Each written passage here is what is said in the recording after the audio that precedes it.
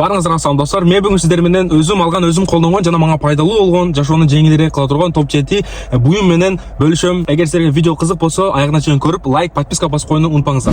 Биринчи топко мен достор акылдуу сааттар коем. Умничиси мага өтө пайдалуу жана удобный. Силерге деле сунуштайм. Биринчиден убактыңарды үнөмдөйсүңөр. Бир жерге бара турган болсоңор, бирөө жолго турган болсоңор, же үйдө жаткан болсоңор деле саатты карасаңар, такой прикольный да. Саатты карадың, жүрөгүң согуп атканын айтат. Эгер переживать этсең же болбосо спорт менен машыга турган болсоңор, жүрөгүңөр сокканын айтып турат. И плюс канча саат уктаганыңарды деле айтат. Менимче өтө пайдалуу. Саат и жүрөгүңөр сокканын айтат. Арзан эле да, бюджетный. Мен интернеттен заказ кылдым эле 2000 рубльга алдым да. Топ 7-де ушул. Топ 6-ны ала турган болсок, топ 6-да достор, мен мындай болгон рюкзагым силерге деле сунуштайм. Именно ушундай карасыны же болсо однотоннорогун алышыңарды сунуштайм. Анткени природага чыкканда биринчиден биз Кыргызстан природага бай. Кыргызстанда, керек болот, тоого чыкканда керек болот, мектепте керек болот. И плюс коллежде болсо, коллежде, универ болсо, универ, любой эле жерде керек. И плюс спортко, залга барсаңар деле керек болот. Мен оюмча, мен алган эң пайдалуу нерселерден бир ушул. Качествосы деле нормальный экен. Именно силерге ушундай кымбат, кичине кымбатыраак болсо деле акча кошуп, именно кожнойсин же болсо сапаттуураак рюкзакты алганы сунуштайм. Мени өзү буга чейин конкретный өзүм личный зарядтигим болбогон, телефондун болгон, бирок конкретный зарядтигим болбогон. Ошон үчүн баягы арзан 100 сомдук неме шнурлар болот го, iPhone зарядниктер. Ошолорду алып туруп колдонуп, бир айдан кийин олор иштебей калат эле, оны ыргытып берип дагы кайра алганга туура келет эле. Ондон көрө достор, мен силерге оригинальныйраак Apple'да өзүнүн зарядтигин алышка сунуштайм достор. Шуну ала турган болсоңор, өкүнбөйсүңөр. Колдоно бересиңер, мына шнур деле, мери деле күйүп кала берет го, обычно iPhone'дордуку, мына арзан неме шнурлар. А бул кымбатыраагын оригинальный ала турган болсоңор, күйбөйт. Мен 1 жылдан бери колдонуп атам, 2 жыл болуп калды окшойт уже. Сен достор түлө жөнөкөй нерселерди айтып атасың дей турган болсоңор, ооба достор, мен прям дүйнөнү өзгөртүрө турган буюмдарды айтпайм. Жөнөкөй нерселер. 6-да, то есть 5-чи орунда AirPods достор. Вообще сонун. Мен оюмча баягы проводный наушниктерди уже эч ким деле колдонбой калды, бирок баягы магазиндерге бара турган болсоңор, ар кандай наушниктерди сунуштайт. Башка компаниялардыкы. Именно мына AirPods'тарды менимче бул меники оригинал эмес, меники подлённыйсы, бирок именно ушу AirPods'тун формасындагылары менимче өтө жакшы иштелген. Кытайлар, Apple компаниясыныкыга максимально окшотуп, удобный кылып, и заряд деле бир жолу толтуруп койсоң 1-2 жумага жөн эле жетет эле иштамага.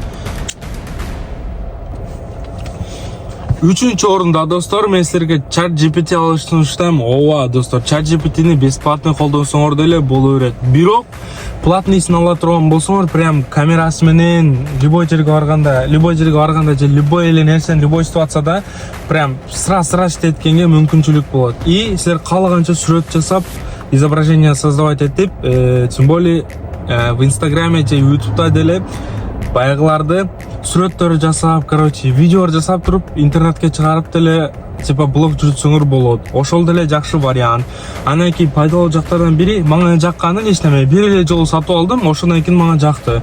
ChatGPT'ни ошо бир ай $20 болуп калат, 2000 сомдон азыраак, 1,5 сомдон бар, 1800 сомдо, 600, 1700 болуп калса керек мен оюмча, примерно өзүңөр рецепттеп тактап алгыла.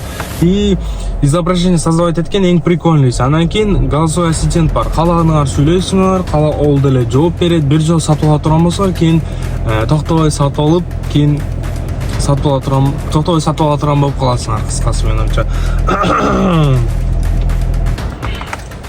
Экинчи орунга келе турган болсок достор, бул мен силерге шейкер алышты сунуштайм. Бул арзан эле, 200 эле сомдой болсо керек примерно. Ичинде мындай бар экен, мен биринчи жолу колдонушум вообще шейкерди. Саласын. Менде мындай Европада европейский, креатин бар, креатинди кошосуң. Йогурт бул, молоко бул же суу болсо деле кошосуң, аралаштырасың, тарс аралаштырдың. И коктейль даяр да. Ичиге банан салып койсоң деле болот, аралашсаң мына менен майдаланып кетет экен. Майда турап туруп да, салып да аралаштырып иче турган болсоң вообще сонун кетет экен примерно. И өзүңүн мындай спортсмен элестетип. Биринчи орунда достор, гитара. Ё-моё. Короче, мага мен көптөн бери эле мечт айтып жүрөтүм ушу гитара алсам деп. Эми примерно мага нереально нерсе, вау нерсе түйүлөт эле, бирок ондой эмес экен, арзан эле экен. Мен 2000-3000ге заказдым окшойт Валберистен. Ошо Авитодо же болсо Лалафодо арзан эле болсо керек муну заказ кылып коюп туруп, именно гитара эмес каалаган нерсеңерди ушунга окшогон, мисалы музыкальный комуз ойносоңор болот. И прикольный экен да, кеч окуудан же иштен чыгып үйгө барасың, и такой ютубтан же болсо курска барсаңар болот. Мен лично курска бара элекмин, эми ютубтан эле көрүп мындай секин үйрөнүп атам да. И прикольный экен, өзүңө мындай кылбаган нерсени кыла турган болсоң өтө кызыктуу болуп, лично мен үчүн жаңы жолдор ачылгандай болуп атабы. Именно гитараны алгандан кийин рекомендация тиктокто только гитаралар чыга турган болуп калды. И кызык, прикольный. Мен досум деле гитарада ойнойт, ошон үчүн ошо менен чогуу отуруп үйрөнүп, мен үчүн өтө кызык болду. Эгер силерге музыка менен именно гитарада ойногон кызык болсо, тоже сатылып же заказылып ойносоңор болот. Өтө кызык, убактыңар менин оюмча текке кетпейт. И кылган, то есть үйрөнгөнүңөр үчүн вообще сон өкүнбөйсүңөр. Анан компания менен чогуу бирге барганда, баягы эме толго барганда, достору менен компанияга барып туруп, досторуңар эгер силер гитара ойногонуңарды билбесе, гитара менен барып туруп бир жол чертип кое турган болсоңор, ойноп кое турган болсоңор, вау деп досторуңар вообще таң калат. И силерге гитара алышты сунуштайм, достор. Достор, ушу менен совет берип бүттү, достор. Эгер силерге хоч пайдалуу боло турган болсо, лайк басып, подписка басып коюуну унутпаңыздар, достор. Мен үчүн бул өтө чоң поддержка деп айтсам деле болот. Кандай недостатоктор болсо же кандай кызыктуу жерлер, видеону кайсы жер жаккан жакпаган болсо, комментарийге жазып кетишиңиздерди суранам, достор. Анда эмесе, көрүшкөнчө.